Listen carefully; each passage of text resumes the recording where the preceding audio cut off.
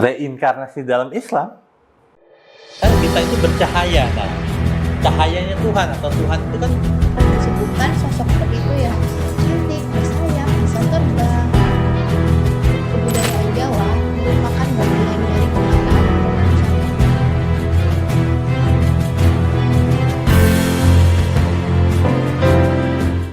Halo semuanya, halo teman-teman. Apa kabar semuanya? Dan udah lama banget nih nggak buat konten ya, karena banyak yang mesti kerjakan dan jujur aja tenaga kerja yang saya pakai juga sedikit banget, mungkin bisa dikatakan satu orang gitu ya.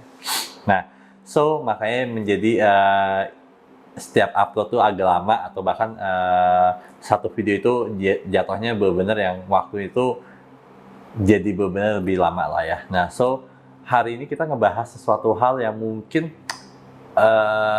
bagi beberapa kepercayaan yang mungkin bisa dikatakan utama Islam gitu ya, terkait-kaget dengan kata-kata yang saya ngomongin tadi bahwa reinkarnasi dalam Islam. Kali ini kita bukan masalah siapa yang benar atau siapa yang salah, tapi yang saya harapkan dari Anda semua atau dari teman-teman semua adalah bagaimana kita bisa menyikapi sesuatu hal yang baru atau sesuatu hal yang mungkin bisa dikatakan yang kita juga mungkin baru dengar nih, baru tahu nih ada gini, dan saya pun juga nggak berharap untuk kalian percaya, tetapi saya yang lebih berharap adalah kalian bisa membuka pikiran kalian, mendapatkan sebuah informasi-informasi atau pengetahuan-pengetahuan yang baru. Ayo kita mulai ayat yang pertama. Di surat 6, 116 ayatnya. Nah, yang berbunyi seperti ini nih. Dan jika kamu mengikuti kebanyakan orang di bumi ini, niscaya mereka akan menyesatkan kamu dari jalan Tuhan atau jalan Allah. Yang mereka ikuti hanyalah prasangka belaka dan mereka hanyalah membuat kebohongan. Esensi di surat 6, 116 adalah seperti ini teman-teman. Kan di situ tertulis kata-katanya bahwa dan jika kamu mengikuti kebanyakan orang yang di muka bumi, niscaya mereka akan menyesatkanmu. Maksudnya apa? Contohnya gini. Ini kan sebuah konsep ayat mukamat ya, yang dimana sebenarnya menjelaskan bahwa kalau kita mengikuti misalnya gini ya, mungkin dari orang tua kita dan sebagainya, tapi bukan berarti nggak usah ngikutin ya, bukan berarti harus ngebantah, nggak juga. Kita ngikutin bahwa ternyata ajaran kita itu dari turun-menurun, dari guru-guru kita bahwa reinkarnasi itu nggak ada dalam Islam, karena di Islam tidak mengajarkan reinkarnasi. Nah, ini sangat bahaya. Kenapa? Karena kita mengikuti kebanyakan orang yang sebenarnya orang itu pun juga sebenarnya bisa dikatakan nggak tahu apa-apa, atau bahkan mungkin bisa dikatakan hanyalah kayak menerka-nerka atau prasangka, sehingga endingnya ketika mungkin kita mendapatkan informasi baru, kita kaget dan kita mungkin ada beberapa kali yang dari percaya gitu ya, sehingga menjadi orang-orang yang ngomong seperti itu bahwa menjadi orang-orang yang bisa dikatakan wah ini orang bohong nih, bahwa reinkarnasi dalam Islam itu nggak ada, padahal ada. Contoh kurang lebih seperti itu misalkan. Ayo kita lanjut ayat selanjutnya. Ayo kita lanjut lagi di surat 17 ayat 36 yang berbunyi seperti ini nih. Dan janganlah kamu mengikuti sesuatu yang kamu tidak mengetahui, karena pendengaran, penglihatan, dan hati nurani semua itu akan diminta pertanggungjawabannya. Esensi di surat 17 ayat 36 ini kurang lebih sama, tetapi perbedaannya apa sih? Maksudnya seperti ini perbedaannya ini. Dan janganlah kamu mengikuti sesuatu yang kamu tidak tahu. Nah, maksudnya apa? Jadi gini, balik ke ayat yang sebelumnya bahwa misalnya gini, karena kita nggak tahu namanya pengetahuan ternyata di Islam itu ada reinkarnasi, kita mengikuti aja nih, bakal nggak ada nih. Padahal sebenarnya di Quran juga udah dijelasin bahwa jangan ngikutin sesuatu hal yang sebenarnya kamu juga nggak tahu amat gitu. Kita nggak tahu amat bahwa ada reinkarnasi atau enggaknya gitu loh maksudnya. Padahal reinkarnasi itu ada dalam Islam. Nah, soalnya yang paling bahayanya, yang paling mengerikannya secara syariatnya adalah gini. Endingnya kita mati, kita diminta pertanggungjawabkan sama Tuhan bahwa nantinya seperti ini. Contoh sederhana ya. Misalnya kita mati gitu ya. Habis itu Tuhan nanya nih misalkan, kamu nggak percaya nih, oh ada yang namanya reinkarnasi nih, gini nih, ini diminta pertanggungjawaban. Nah, sedangkan karena kita nggak tahu ilmunya, nggak tahu pengetahuannya, kita bilang nanti pas mati kita bilang, wah kita nggak ada yang tahu nih, kita nggak tahu sama sekali nih, kurang lebih seperti itu esensinya. Intinya adalah jangan mau ngikutin kebanyakan orang yang sehingga kita juga nggak tahu orang itu ngerti atau enggak, benar atau tidak, dan sebagainya, sehingga kita menjadi latah. Nah, itu jangan amit-amit ya, jangan sampai seperti itu. Di surat 3 ayat 66, yang dimana nih ya, kata-katanya benar-benar Tuhan benar-benar menegaskan atau agak sedikit keras terhadap kita nih. Kata-katanya berbunyi seperti ini nih. Begitulah kamu, kata seru tuh, kamu berbantah-bantah tentang apa yang kamu ketahui, tetapi mengapa kamu berbantah-bantahan juga tentang apa yang kamu tidak mengetahuinya? Allah atau Tuhan mengetahui sedangkan kamu tidak mengetahui. Nah, esensi di surat 3 ayat 66 nih, Tuhan itu benar-benar yang lagi mungkin bisa dikatakan, atau Allah gitu ya, yang lagi keras sama kita atau yang lagi tegas sama kita bahwa seperti ini nih, begitulah kamu. Nah, itu udah pakai kata-kata yang tegas nih, karena tadi teman-teman membaca ada tanda seru di atas. Nah, yang dimana diingat ini, manusia itu, karena Allah tahu nih, karena Tuhan tahu bahwa manusia itu adalah makhluk yang paling kompleks dan paling suka yang namanya membantah. Nah, sehingga Allah ngingetin lagi nih, jangan suka ngebantah yang sebenarnya kamu tidak tahu apa yang kamu bantahkan itu benar atau tidak. Tapi ingat nih, hal yang kamu bantah sebenarnya aku itu lebih tahu. Aku itu masih Tuhan ya. Allah itu lebih tahu. Jadi kamu jangan ngebantah-bantah deh. Esensinya seperti itu. Nah, kurang lebih esensinya dari surat 3 ayat 66 kurang lebih seperti itu. Nah, nextnya kita mesti tahu dulu nih awal mulanya sebelum ke reinkarnasi ya. Kenapa sih ada reinkarnasi utama dalam Islam gitu ya? Kita mesti tahu dulu nih prosesnya kita ini bisa dikatakan gini, prosesnya kita ini kok bisa ada terjadi manusia, terjadi alam semesta dan sebagainya. Nah, di sini tuh nanti ayat selanjutnya itu menjelaskan bahwa bisa dikatakan ada hubungannya dengan sains ataupun mungkin teman-teman pernah dengar ada teori Big Bang. Yuk kita lanjut ayat selanjutnya. Sebelum saya lanjut ayatnya gitu ya, coba saya mengingatkan ke teman-teman dulu ya, sekaligus bahwa kalau memang ada salah tolong di komen ya. So, kenapa sih manusia ini sulit bersyukur, sulit yang namanya bisa dikatakan kok mulu baper mulu, maksudnya benar-benar yang kacau lah gitu. Karena apa? Manusia ini tidak pernah tahu gitu ya. Kalau misalkan manusia ini kita itu nggak pernah tahu bahwa sebenarnya penciptaan manusia gitu, penciptaan diri kita gitu manusia, sebenarnya kalau dihitung pakai kurs atau harga itu sangat mahal banget. Karena apa? Kalau zaman dulu teori Big Bang itu kan alam semesta ini kan masih gelap, masih belum ada apa-apa, bahkan masih berantakan lah gitu ya, kurang lebih sekitar terjadinya benturan-benturan alam semesta ini itu bisa dikatakan 13,8 miliar tahun, yang dimana alam semesta ini kalau suhunya ya, kalau dingin-dingin banget, kalau panas-panas banget. Nah, sehingga dengan 13,8 miliaran tahun saling hantam-hantaman tuh ya, bisa dikatakan meteor, batu-batu semuanya yang ada di alam semesta hantam-hantaman, akhirnya terbentuklah bumi. Nah, itu secara ilmu sainsnya atau teori Big Bang. Nah, tapi sebenarnya di Quran ini pun juga bisa dikatakan dijelasin juga nih tentang teori Big Bang. Nah, di surat berapa? Yuk kita baca. Oke teman-teman, silakan buka Qurannya, kita baca di surat 7 ayat 54 yang berbunyi seperti ini nih teman-teman. Sesungguhnya Tuhanmu Allah yang menciptakan langit dan bumi dalam 6 masa. Lalu dia bersemayam di atas arsy Dia menutupkan malam kepada siang yang mengikutinya dengan cepat. Matahari, bulan, dan bintang-bintang tunduk kepada perintahnya. Ingatlah segala penciptaan dan urusan menjadi haknya. Maha suci Allah, Tuhan seluruh alam semesta.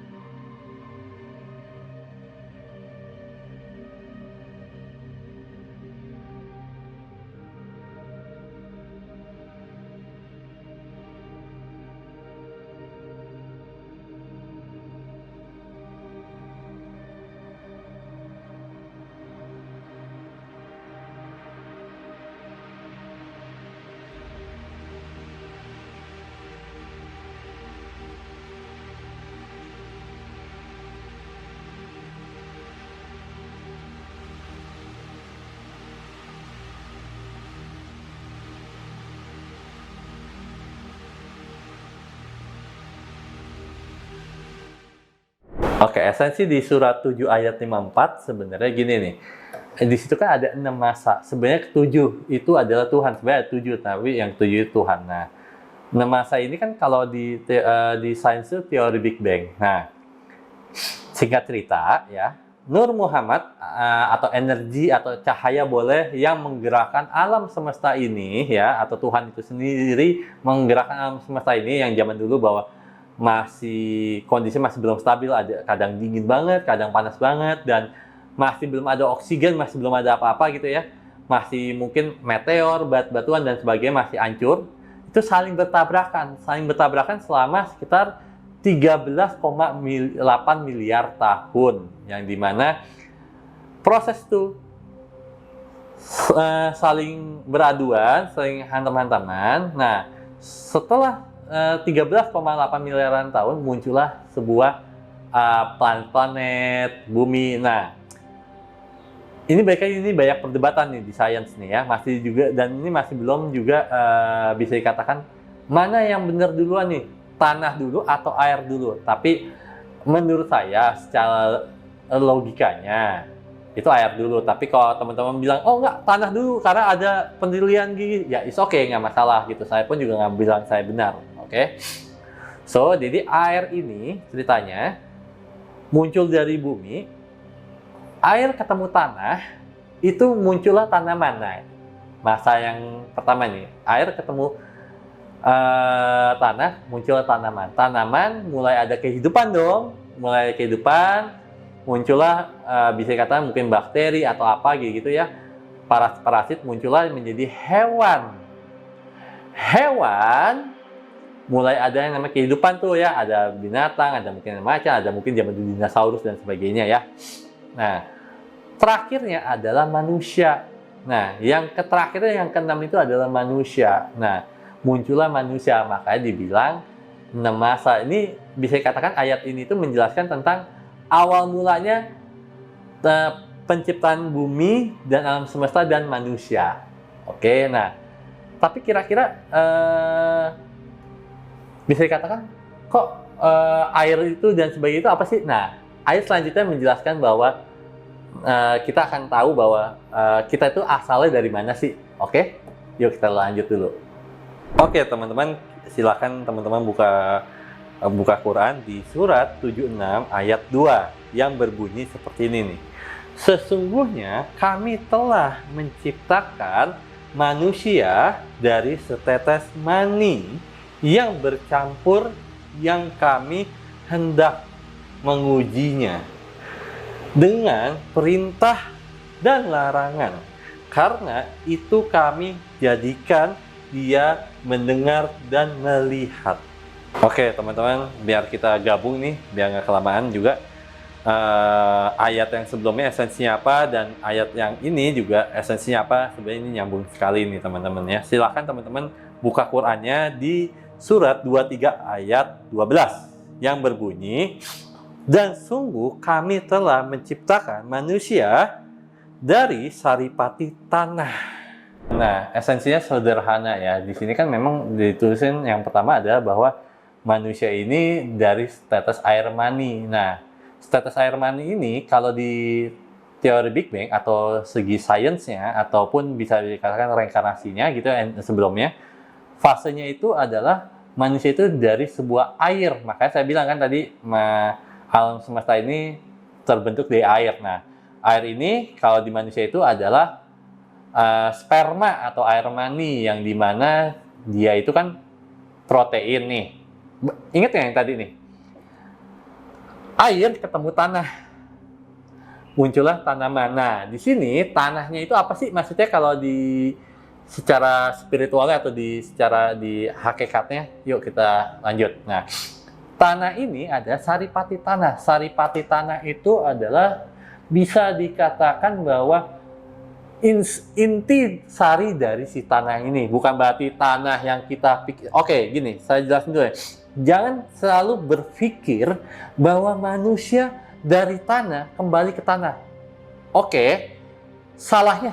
Menurut saya itu salah. Salahnya di mana? Maksudnya gini, jangan berpikir tanahnya itu ada tanah di bukan Kalibata, apa namanya? Tanah kusir ataupun di karet difak. Nah, itu bukan tanah itu. Nah, tanah ini ada saripati. Jadi intinya ada dari esensi dari si tanah ini. Jadi Bapak Ibu nih berhubungan nih ya, baik lagi nih. Bapak Ibu berhubungan badan gitu ya. Yang dimana si sperma ini, si air mani ini ketemu sel telur nih. Proteinnya ketemu sel telur, terbentuklah menjadi dalam tanda petik tanah. Tanah ini saripati. Muncullah menjadi muncul dulu nih dari daging dulu, daging nanti mulai berkembang lagi berapa bulan sampai terbentuknya mungkin fisikal di mungkin tangan, kaki, kuping dan sebagainya. Kurang lebih sebenarnya penciptaan bumi dan langit itu sebenarnya ada hubungannya tentang penciptaan manusia yang dimana kita mesti benar-benar sadar banget nih kenapa kita itu sangat amat mahal, sangat amat yang mungkin bisa dikatakan makhluk yang mungkin dispesial sama Tuhan karena prosesnya ini panjang banget membuat manusia gitu loh, kurang lebih. Ayo teman-teman, silakan buka Qurannya di surat 17 ayat 70 yang berbunyi esensinya seperti ini nih. Dan sesungguhnya telah kami muliakan anak-anak Adam Kami angkut mereka di daratan dan di lautan. Kami beri mereka rezeki dari yang baik-baik. Dan kami lebihkan mereka dengan kelebihan yang sempurna atas kebanyakan makhluk yang telah kami ciptakan. Di surat 17 ayat 70, esensinya gini ya.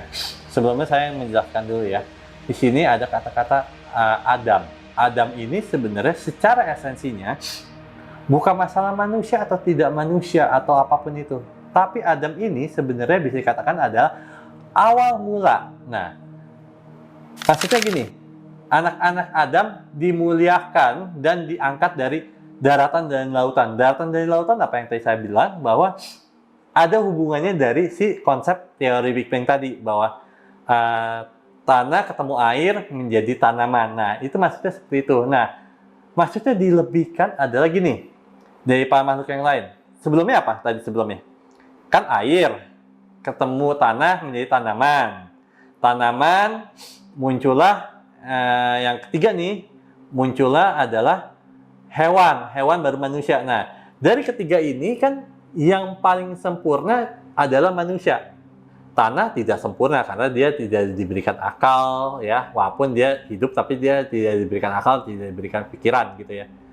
Air juga sama, dia tidak diberikan akal dan pikiran. Apalagi binatang. Binatang itu kan, hewan itu kan tidak diberikan akal tapi diberikan insting atau naluri. Tapi tetap aja dia belum sempurna. Yang sempurna itu manusia, diberikan akal, diberikan pikiran. Makanya bisa dikatakan ayat-ayat sebelumnya adalah esensinya ada gini. Manusia itu kalau bahasa saya adalah binatang plus akal. Karena apa? Kita ada unsur binatangnya dari teori Big Bang-nya, kita ada unsur airnya, yaitu sperma dan sebagainya, darah juga bisa dikatakan air. Nah, kita juga dari unsur dari tanahnya juga ada gitu ya, fisikal gitu ya, tanah. Nah, kita juga ada unsur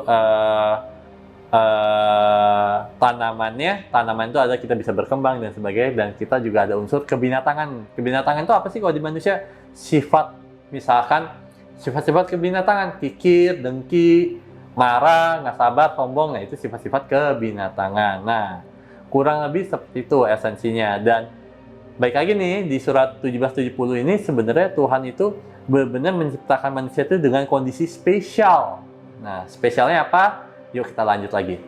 Oke, next ayatnya adalah, silakan buka Quran lagi, di surat 7 ayat 10 yang berbunyi adalah, sesungguhnya kami telah menempatkan kamu sekalian di muka bumi, dan kami adakan bagimu di muka bumi sumber penghidupan, amat sedikitlah kamu bersyukur. Sebelum lanjut dari esensi dari surat 7 ayat 10, coba kita merenung sebentar ya bersama-sama gitu ya. Kenapa sih kita manusia menjadi makhluk yang paling spesial?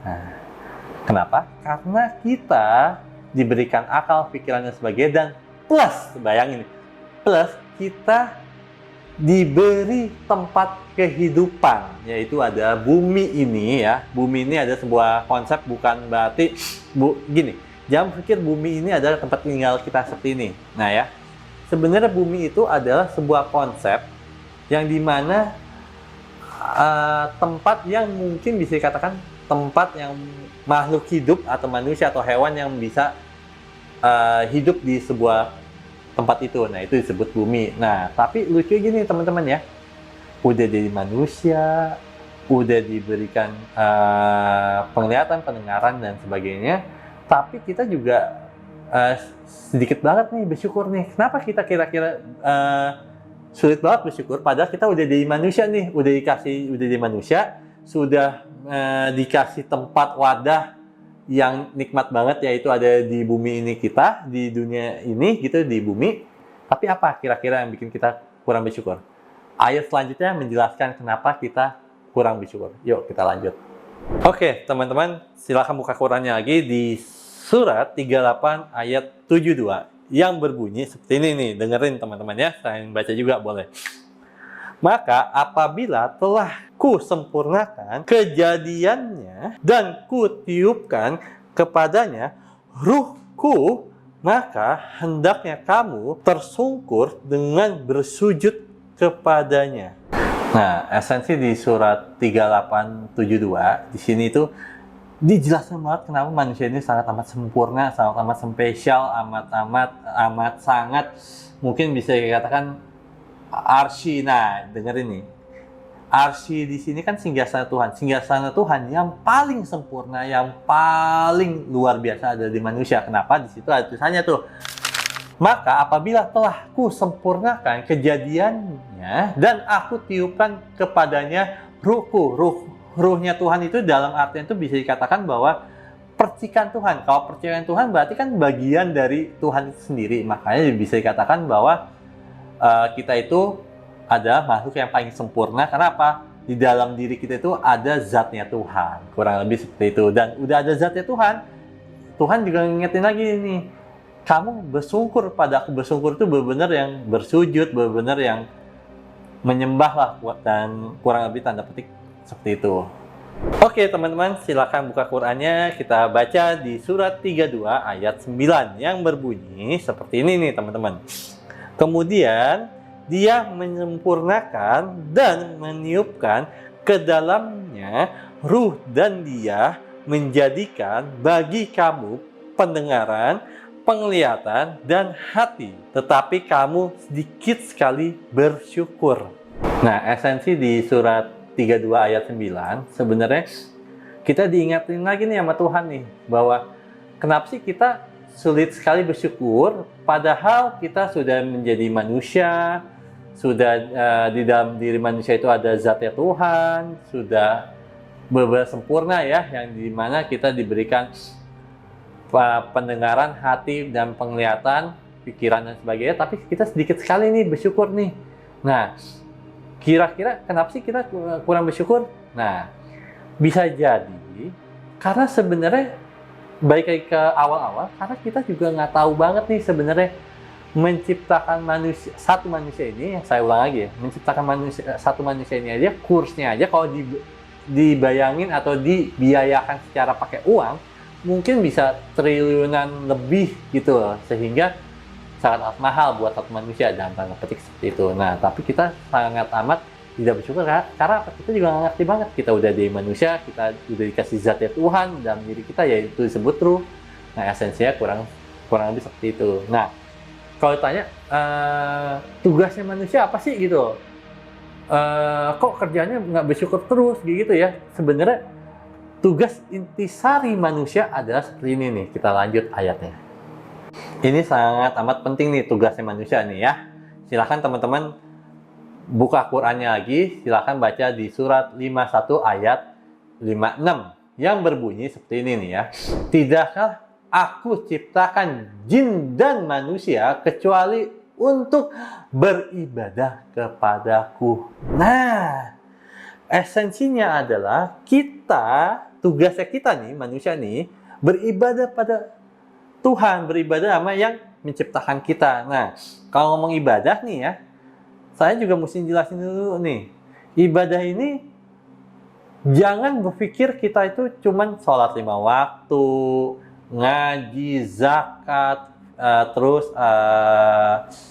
amal dan sebagainya gitu ya.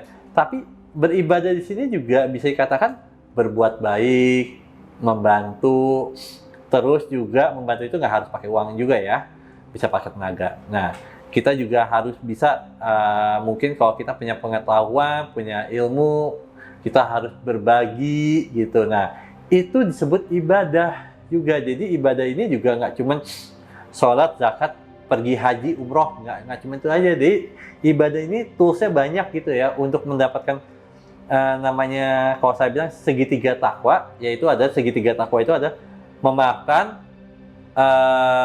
tidak pelit, sabar. Nah, ketiga ini sebenarnya toolsnya banyak, yang tadi saya bilang zakat dan sebagainya. Nah, tinggal kita memilih mau pakai yang mana, dan kita belajar untuk memakai sifat ketuhanan dan petik kurang lebih seperti itu. Oke, kita next di surat 17 ayat 49 yang berbunyi seperti ini nih teman-teman. Mereka berkata, apakah bila kamu telah menjadi tulang belulang dan benda-benda yang hancur, apa benarkah kami akan dibangkitkan kembali sebagai makhluk yang baru? Nah, esensi di surat 17 ayat 49. Nah, ini ayat yang sangat menarik juga. Karena apa? Karena ayat ini mungkin bisa dikatakan mewakilkan para umat Islam mempertanyakan dengan apa yang saya omongin yang sebelum-sebelumnya ya, bahwa reinkarnasi itu ada dalam Islam dan sebagainya. Makanya esensinya di sini kan juga mempertanyakan bahwa kira-kira ketika kita mati nanti nih ya, kita bakal direinkarnasin dari hal yang baru nggak sih? Atau kita bahasa kasarnya mungkin kita didaun ulang lagi nggak sih menjadi suatu hal yang baru atau suatu hal yang berbeda? Nah, kurang lebih esensinya seperti itu. Yuk, penasaran kan? Jawabannya seperti apa? Yuk, ayat selanjutnya. Nah, teman-teman nih ya, coba kita sebelum masuk ke reinkarnasi gitu ya, kita renungin dulu nih ya. Kira-kira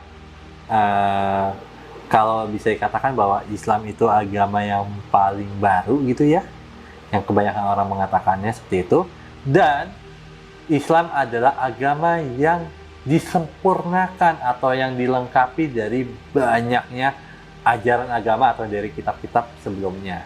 Nah, kira-kira ada nggak sih reinkarnasi gitu-gitu ya? Nah, di surat yang sesaat lagi saya bacain, kita akan diberikan sebuah pertanyaan lagi nih, kira-kira ada nggak ya dan sebagainya. Yuk kita baca dulu di surat selanjutnya ini. Oke teman-teman, silakan buka Qur'annya di surat 36 ayat 68 yang berbunyi, barang siapa yang kami panjangkan umurnya, kehidupannya di dunia, niscaya kami kembalikan dia ke penciptaan awal. Apakah mereka tidak memikirkannya? Oke, teman-teman, di surat 36 ayat 68 ini esensinya adalah kita disuruh merenung lagi nih ya, untuk teman-teman. Bener nggak sih, utama di Islam gitu ya, karena kita bahas Islam. Ada nggak sih di Islam tuh benar-benar reinkarnasi dan sebagainya? Ini mulai di Quran sendiri aja pun juga mulai dikasih pertanyaan buat kita apa? Pertanyaan seperti ini di surat 36 ayat 68 ini tujuannya cuma satu. Coba yuk kita bersama-sama merenung, berpikir matang-matang gitu ya, bahwa sebenarnya ada kemungkinan ataupun adapun kemungkinan bahwa kita itu ada yang namanya reinkarnasi di dalam Islam atau reinkarnasi dalam Islam. So, ayat ini awal mulai kita membahas tentang reinkarnasi dan seterusnya nanti ke depannya. Ayat ini benar-benar menurut saya pribadi membuat kita benar-benar merenung. Kira-kira ada nggak sih reinkarnasi dan penciptaan awal lagi dan sebagainya? Pasti mulai agak mikir dan bingung ya. Di ayat selanjutnya kita akan benar-benar dijelasin benar nggak sih reinkarnasi itu ada atau enggak. Yuk kita lanjut ke surat ayat berikutnya.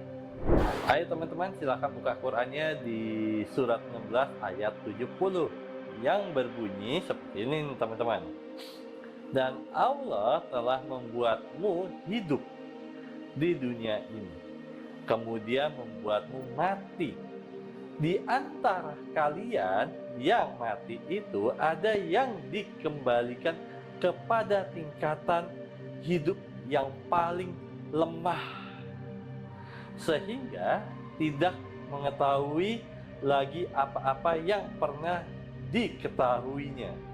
Oke, esensi di surat 16 ayat 70 ini sebenarnya kita ayat ini nih, spesial nih, khusus ayat ini nih, surat ayat ini nih benar-benar spesial. Kita mungkin bisa dikatakan buat umat muslim atau umat Islam itu kita benar-benar digampar bahwa sebenarnya reinkarnasi itu ada. Nah, pertanyaan gini nih, sebelum lanjut nih ya, diciptakan lagi, dikembalikan lagi jadi makhluk yang paling lemah itu apa, teman-teman? Kira-kira?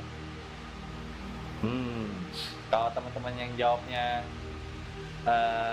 jadi ruh, boleh, tapi itu kan salah. Tapi sebenarnya dikembalikan kepada titik makhluk yang paling lemah itu adalah menjadi bayi, menjadi manusia yang mungkin bayi yang ya tau lah ya, kita nggak usah jelasin ya, bayi itu udah pasti nggak bisa ngapa-ngapain, kerjain juga nangis doang. Dan menariknya di situ juga dijelaskan bahwa ketika kita direinkarnasi lagi menjadi bayi gitu, menjadi orang yang baru gitu ya. Tetapi yang menariknya adalah ingatan kita yang mungkin misalnya gini, misalnya contoh ya.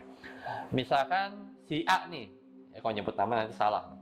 Si A nih mati, tapi sebelum mati dia itu punya memori. Misalkan dia dulunya menjadi dokter, menjadi dokter, orang yang kaya luar biasa, punya mobil, punya ini, punya pengetahuan yang banyak dan sebagainya.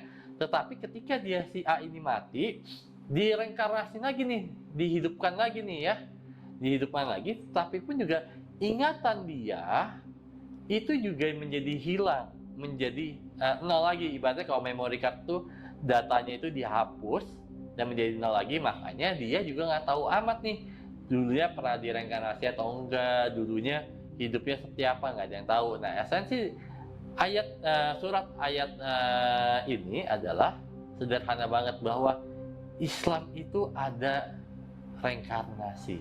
Jadi buat teman-teman, coba yuk kita buka pikiran bareng-bareng bahwa jangan cuma mengatakan bahwa Islam itu ada agama yang paling baru, agama yang sudah disempurnakan, yang udah paling lengkap, tetapi reinkarnasi nggak ada. Itu sangat amat, sorry itu saya nggak masuk akal banget. Makanya tujuan saya membuat konten hari ini itu adalah untuk menjelaskan bahwa sebenarnya di Islam itu ada reinkarnasi. Jadi sehingga apapun yang kita lakukan saat ini, cobalah kita lebih berpikir ulang, jangan sampai nanti reinkarnasinya menjadi buruk. Oke, kita lanjut lagi ayatnya. Oke, teman-teman, silakan buka surat 2 ayat 28 yang berbunyi, mengapa kamu kafir kepada Allah padahal kamu tadinya mati, lalu Allah menghidupkan kamu, kemudian kamu dimatikan dan dihidupkannya kembali, kemudian kepadanya lah kamu dikembalikan. Nah, teman-teman, esensi di surat 2 ayat 28 ini, sebelum saya jelasin esensinya adalah seperti ini dulu, teman-teman. Di Islam itu kita sering banget nih ya dengar kata-kata kafir. Oke. So, gini. Kafir itu sebenarnya tidak letak di agama ataupun di rasa tertentu gitu ya, itu tidak ada sebenarnya. Nah, kafir ini sebenarnya dari sebuah kata sifat atau perilaku. Nah, kafir ini saya ulang lagi, waktu itu saya nggak salah pernah jelasin. Kafir ini dalam bahasa Inggris artinya itu cover. Cover itu adalah sesuatu hal yang menutupi. Misalkan, saya nggak ada contohnya. Jadi gini, misalnya ada buku nih ya, buku. Sebelum lihat isinya kan ada covernya tuh. Nah, begitu covernya dibuka, baru kelihatan tulisannya. Benar dong? Nah, yang menutupi itu artinya cover, artinya kafir, artinya hal yang menutupi. Ataupun bolehlah pakai bahasa-bahasa yang zaman sekarang. Orang kafir itu ada orang-orang yang ngeyel, orang-orang yang egonya tinggi, orang-orang yang nggak mau berkembang karena pemikirannya kolot, karena nggak mau terbuka. Nah, itu sebenarnya bisa dikatakan itu kafir karena apa? Tertutup. Nah, baik lagi nih ya, di esensi di surat 2 ayat 28 ini adalah, mengapa kamu kafir kepada Allah? Tapi kata-kata kita ubah ya. Mengapa kamu tertutup kepada Allah? Maksudnya tertutup apa? Tidak mau terbuka dengan informasi baru, tidak mau mendengarkan orang lain, nggak mau mempelajari lebih dalam, ngerasa bahwa oh ini udah paling bener nih, yang lainnya udah paling salah. Nah, itu berarti tandanya kafir. Nah, kurang lebih seperti itu. Nah, esensinya adalah kita itu di situ ada dibilang kan, padahal kamu tadinya mati, lalu Allah menghidupkan kamu, kemudian kamu dimatikan dan dihidupkan kembali. Maksudnya apa? Di situ udah jelas banget bahwa reinkarnasi itu ada. Nah, ini beberapa ayatnya dipertegas lagi bahwa reinkarnasi itu ada. Nah, sebelumnya kurang lebih asalnya seperti itu. Nah, sebelumnya nih ya, ayat selanjutnya ini saya mau membuat sebuah pertanyaan dulu nih ya. Lalu, kalau reinkarnasi itu ada, kira-kira kita itu hidupnya bakal di mana dong ya? Karena kan berarti nggak ada akhirat dong, nggak ada gimana dong? Bukan nggak ada sih jatuhnya sih sebenarnya, cuman lebih ke arah bahwa kehidupan ini seperti apa sih konsepnya? Apakah kehidupan ini di dunia aja atau di mana sih? Nah, kita lihat dulu yuk ayat selanjutnya, surat ayat selanjutnya. Oke, teman-teman, silakan buka Qur'annya di surat 7 ayat 25 yang berbunyi, Allah berfirman, di bumi itu kamu hidup dan di bumi itu kamu mati, dan dari bumi itu pula kamu akan dibangkitkan. Oke, esensi di surat 7 ayat 25 ini sebenarnya lebih dijelaskan lagi, lebih dipertegas lagi bahwa reinkarnasi dalam Islam itu ada, dan itu udah mutlaknya, nggak bisa dibantah. Nah, lucunya banyak orang yang ngebantah, tetapi juga menurut saya, yang hasil riset saya, karena saya peneliti ya, peneliti spiritual dan agama, utama spiritual, saya melihat bahwa orang bilang tidak ada dalam Islam reinkarnasi, tetapi mereka juga tidak tahu nih ayat-ayat ini, mereka juga tidak meresearch atau membaca literasi-literasi kitab-kitab mereka, terutama orang Islam, Quran, kurang lebih seperti itu esensinya. Oke, teman-teman, silahkan buka Qurannya di surat 45 ayat 24 ya, yang berbunyi, dan mereka berkata, kehidupan ini tidak lain hanyalah kehidupan di dunia saja. Kita mati dan kita hidup, dan tidak ada yang akan membinasakan kita selain masa. Dan mereka sekali-sekali tidak mempunyai pengetahuan tentang itu. Mereka tidak lain hanyalah menduga-duga saja. Oke, esensi di surat 45 ayat 24 ini sebenarnya sudah jelas bahwa sebenarnya ayat ini itu dibuat untuk orang-orang yang bisa dikatakan bahwa orang-orang ini berpikir bahwa reinkarnasi itu nggak ada, makanya mereka di situ endingnya tulisannya bahwa menduga-duga saja. Jadi mereka menduga-duga saja bahwa kira-kira nggak bakal ada deh ini reinkarnasi. Dan lanjut lagi nih, di situ ada kata-kata masa di sini itu bukan berarti gimana ya, jadi masa itu adalah waktu gitu. Waktu ini bukan berarti yang gini ya, jangan pikir bahwa udah tua nanti mati, belum tentu. Yang muda aja baru oe-oe aja bisa mati langsung kok. Nah, jadi masa di sini adalah batas waktu atau batas kuotanya dia, si manusia itu atau makhluk hidup itu, yang sudah limitnya. Misalkan kalau misalnya kita beli ini agak promosi ya, Telkomsel ya, kan ada Telkomsel apa tuh yang buat 3 hari 4 hari, nah pas ketiga harinya mati. Nah, itu tuh maksudnya masa. Jadi maksudnya yang mematikan yang kita mati itu karena batas waktunya kita hidup di dunia ini memang sudah berakhir, ataupun bisa dikatakan bahwa jasad ini nih udah bener-bener mencapai limitnya, yang mungkin dia harus di daun ulang lagi, dan tanda petik kurang lebih seperti itu. Dan ayat ini benar-benar menyinggung juga nih untuk orang-orang yang tidak percaya reinkarnasi, ataupun hanyalah kayak kayaknya nggak mungkin ada reinkarnasi deh, kayaknya nggak mungkin di masih Islam ada reinkarnasi. Kurang lebih esensinya seperti itu.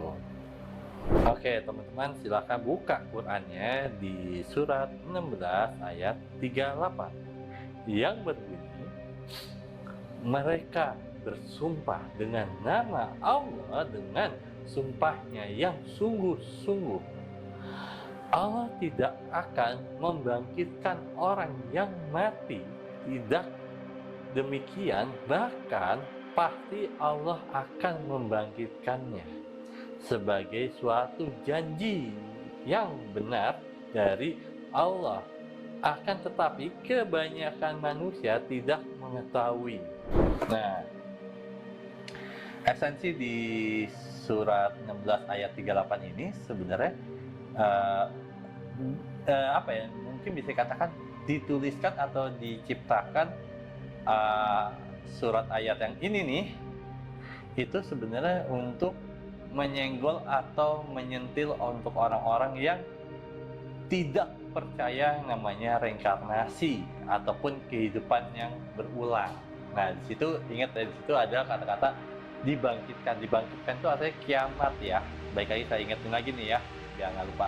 Dibangkitkan lagi itu artinya kiamat, atau bahasa Arabnya ada kiam atau kiamul, berarti hari kiamat gitu.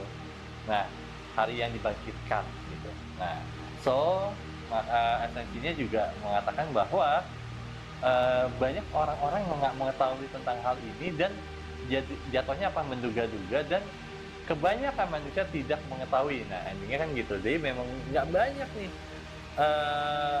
umat Islam atau orang-orang yang tidak mengetahui tentang yang namanya reinkarnasi dalam Islam. Esensinya kurang lebih seperti itu. Yuk teman-teman, kita lanjut.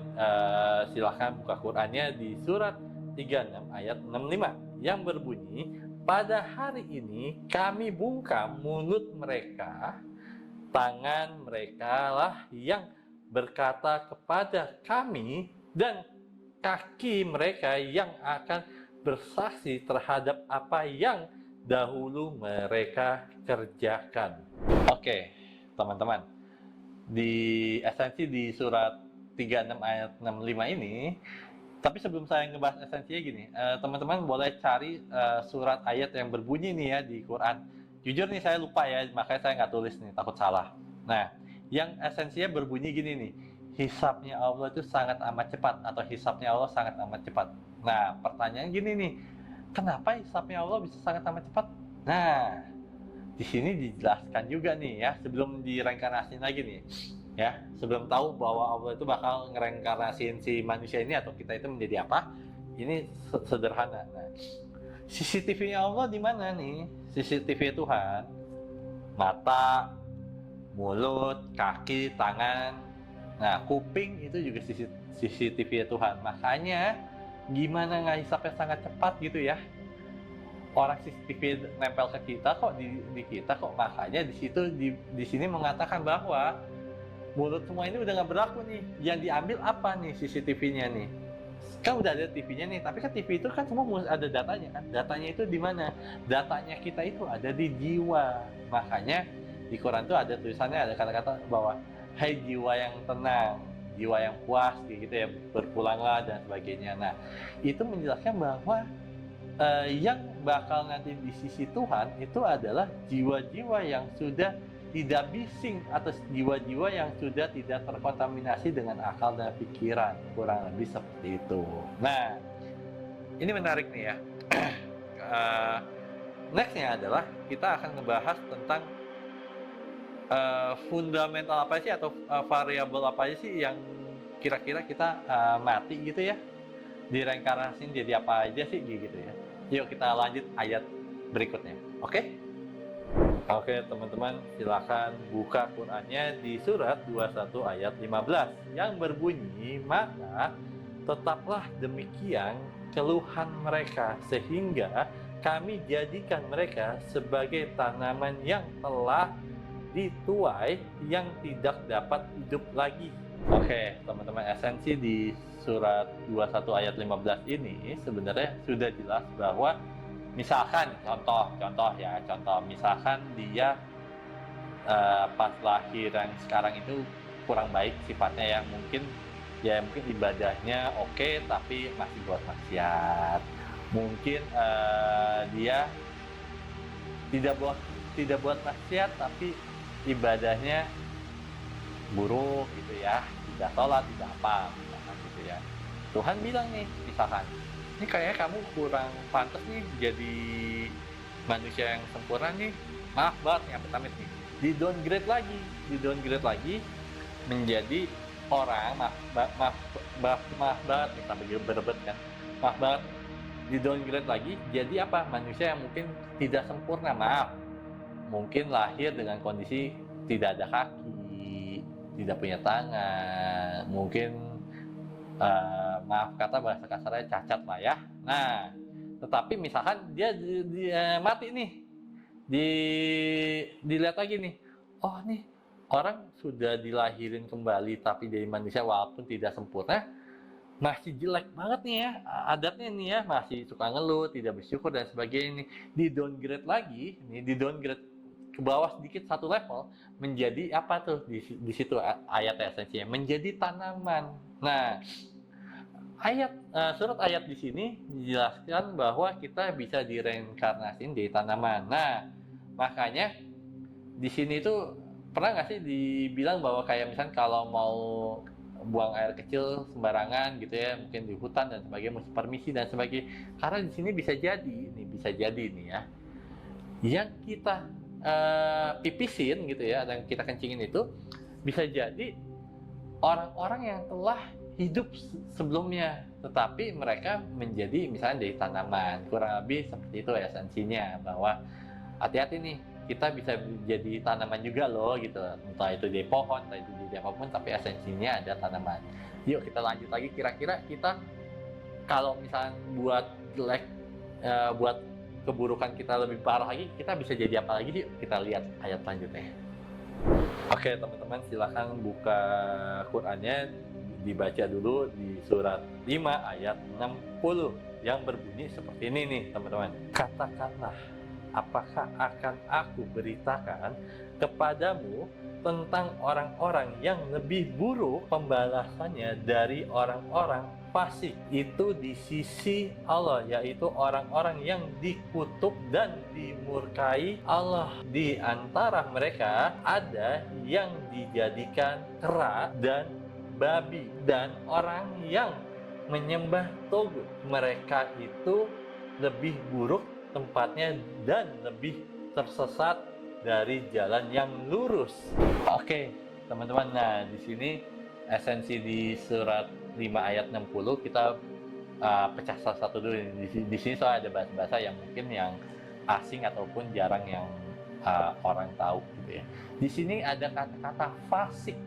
Fasik itu misalnya contoh ya. Kalau tadi kan ada orang yang nggak mau membantu orang tapi ibadahnya rajin gitu ya. Ada orang mau bantu orang tapi nggak ada ibadahnya. Nah, tapi kalau kali ini lebih parah lagi nih, udah nggak mau ibadah, nggak, habis itu nggak mau nolong orang, pelit, dendaman. Itu super mega bukan fasik lagi, tapi benar-benar yang bukan paling parah lagi, itu benar-benar yang sangat ekstra parah. Kalau saya bilang adalah super mega tera parah lah, itu bener-bener hancur banget lah, jadi orang yang bener-bener yang parah banget. Nah, itu fasik. Nah, di sini ada kata-kata tog itu atau togut, artinya bahasa Inggris itu ada tog itu ada pikiran, jadi menyembah pikiran. Nah, di ayat ini benar-benar sudah dijelasin bahwa orang-orang yang udah nggak mau ibadah, nggak mau buat baik, pikir dan sebagainya, bahkan dia menyembah pikirannya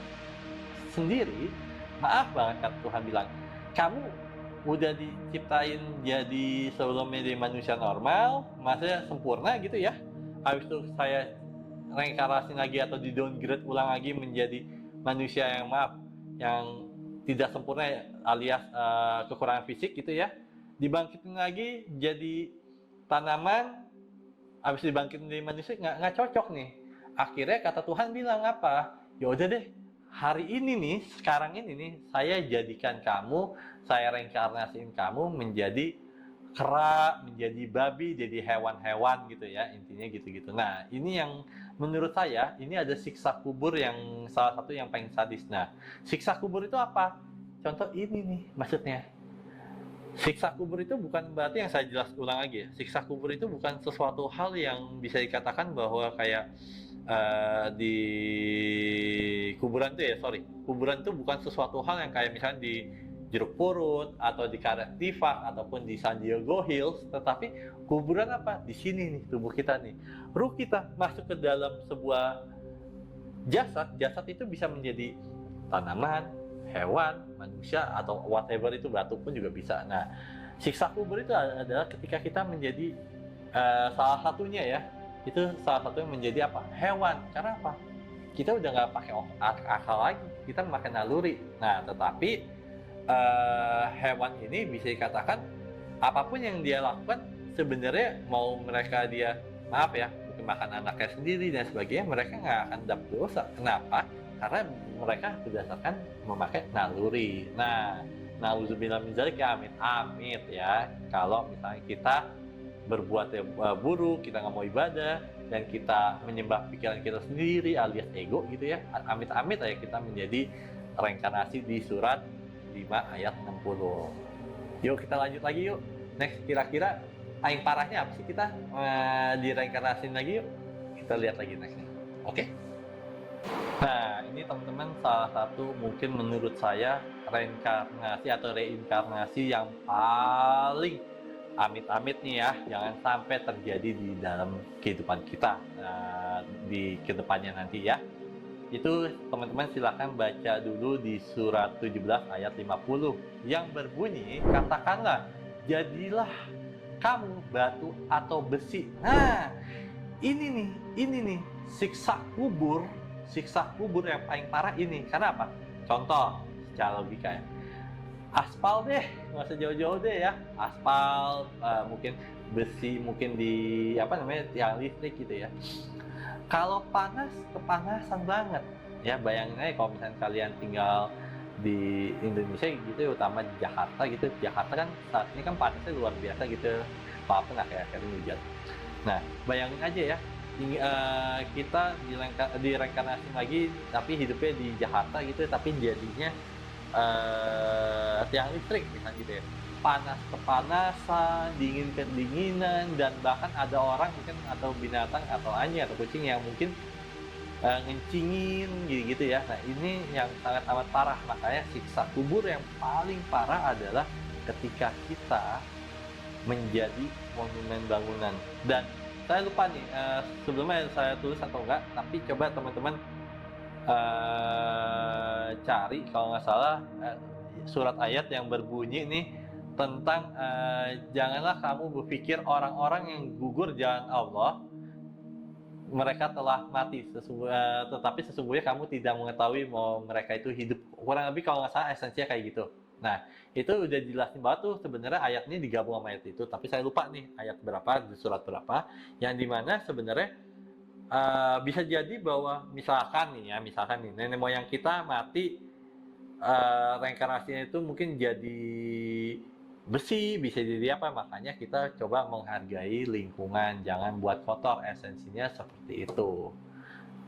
Yuk kita lanjut lagi. Nah, kali ini mungkin ayat yang selanjutnya ini adalah ayat yang mungkin ayat bonus lah ya buat teman-teman, bahwa ini sangat-sangat mungkin anak-anak muda gitu, anak-anak milenial mungkin suka banget nih ayat-ayat ini nih. Yuk kita lanjut. Oke teman-teman, silakan buka surat 64 ayat 14 yang berbunyi, wahai orang-orang yang beriman, sesungguhnya di antara istri-istrimu dan anak-anakmu ada yang menjadi musuh bagimu. Maka berhati-hatilah kamu terhadap mereka, dan jika kamu memaafkan dan kamu santuni serta ampuni mereka, maka sesungguhnya Allah Maha Pengampun, Maha Penyayang. Oke teman-teman, sebelum saya jelasin esensinya, nah Quran itu juga bisa dipakai dengan konsep mubadalah. Mubadalah itu misalkan contoh nih ya, kalau tadi kan saya baca kan karena saya laki-laki, yang tulisannya berbunyi kan seperti ini nih, wahai orang-orang yang beriman, sesungguhnya di antara istri-istrimu dan anak-anakmu. Nah tapi kalau pakai mubadalah, kalau mungkin teman-teman yang perempuan gitu ya, teman-teman wanita gitu ya, teman-teman bisa baca juga nih dengan kata-kata seperti ini nih, Wahai orang-orang yang beriman, sesungguhnya di antara suami-suamimu dan anak-anakmu ada yang menjadi musuh. Nah, maksudnya suami-suami dan anak-anak apa? Contoh nih ya. Ini tuh sebenarnya ada hubungan reinkarnasi ya.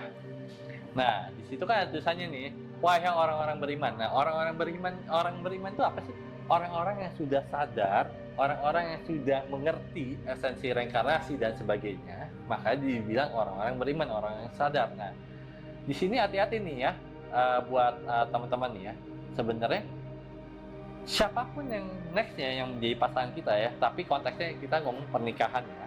Sebenarnya bisa jadi ya. Bisa jadi misalkan kalian mau menikah nih, bisa jadi pasangan saat ini kalian itu sebenarnya kalian dulu di past life sebelumnya, di kehidupan sebelumnya gitu ya, itu kalian pernah berhubungan juga, entah itu kalian menjadi anak atau ibu atau anak bapak ataupun jadi siapapun. Nah, makanya kalian dipertemukan lagi nih kehidupan yang sekarang ini untuk apa?